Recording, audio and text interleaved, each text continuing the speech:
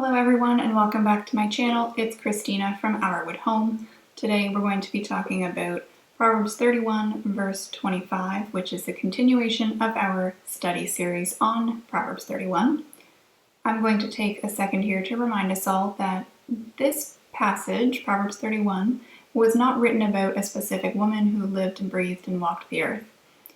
Contrary to popular belief, this woman was not a real person. She was actually a description of the kind of woman that King Lemuel should look for as his wife. If we read Proverbs 31 verses 1 to 10, we see that in fact this was written by his mother, as sort of a checklist of things that he should be looking for. This is, I think, a good list for us as modern day women too, because we can learn what qualities make up a good wife and a good Christian woman. I hope that if you've been following along with this study series, you've learned a fair bit already, and I hope that you continue to learn something as we finish out the series in a few weeks. When I wrote this series, I was studying Proverbs 31 probably 4 or so years ago, and even now I'm still learning things as I go back and review my notes.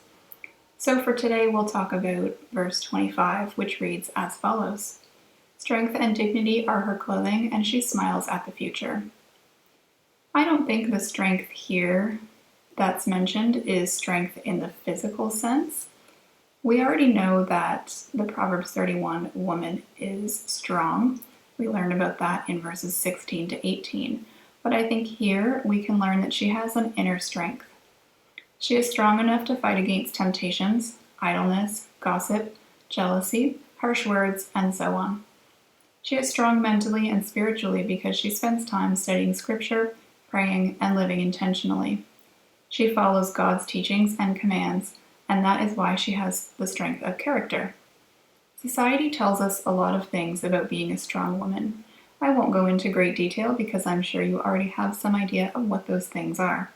But I want us all to think about what secular culture says about a woman of strength.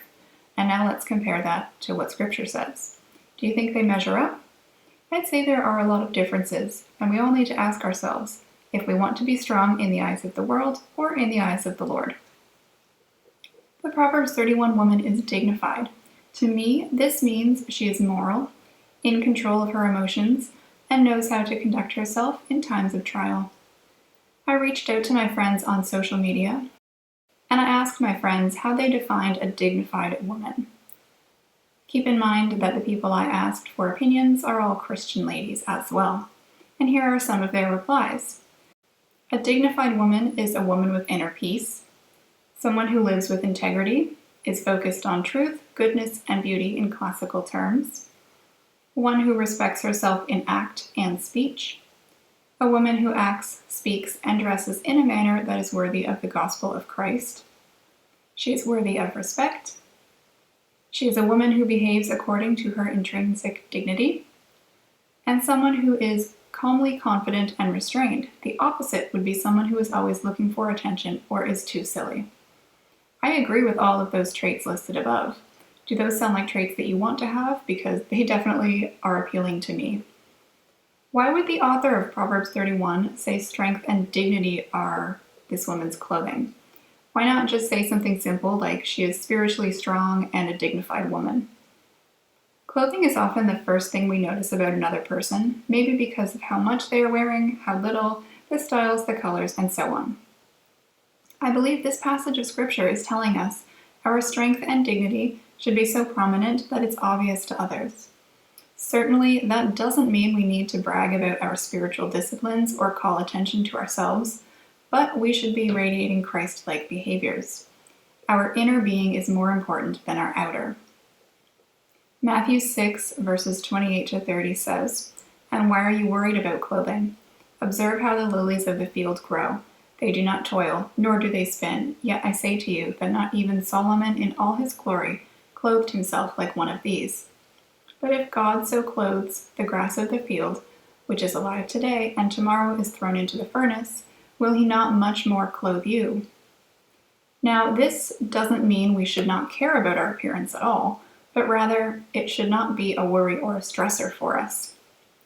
In 1 Timothy chapter 2, verses 9 to 10, we read, Likewise, I want women to adorn themselves with proper clothing, modestly and discreetly, not with braided hair and gold or pearls, or costly array, but rather by means of good works, as is proper for women making a claim to godliness.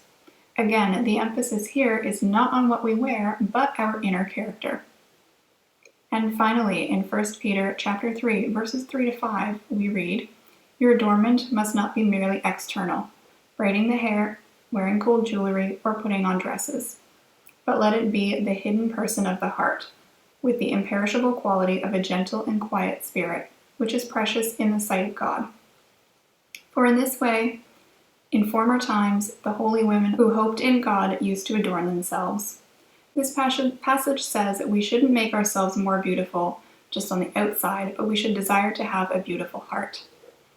Now, why do you think the Proverbs 31 is smiling at the future? I believe it is because she was prepared for whatever may come and is therefore not stressed. All of the other verses in Proverbs 31 show us that she plans ahead and she makes wise choices. This Proverbs 31 woman also knows her value as a person is not merely her physical appearance or her accomplishments. She knows that all she does is for God's glory. Since she knows her worth is not just how she looks, she does not fear aging. I'd like to think she is looking forward to passing down some wisdom and mentoring younger women with age, as is instructed in Titus chapter 2, verses 5. Finally, the Proverbs 31 woman smiles at the future because she knows that this earth is not her home. One day she will be with her Lord in heaven, and she eagerly awaits that time.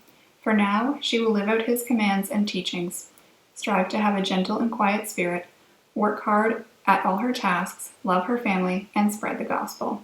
And I believe that is what we can learn from Proverbs 31, verse 25. I'll end this video with my general disclaimer that I am not an expert in biblical studies. I don't claim to be a scholar with all the answers for what verses mean. This, along with all my other Bible verse and Bible study videos, is just simply my opinion of what I've been learning as I study scripture on my own. If you have a different opinion, that's totally fine. I welcome you to sound off in the comments. Likewise, let me know if you enjoyed or were encouraged by this video. Thank you so much for watching. I hope you have a great rest of your day, and please consider giving this video a like or subscribing to my channel.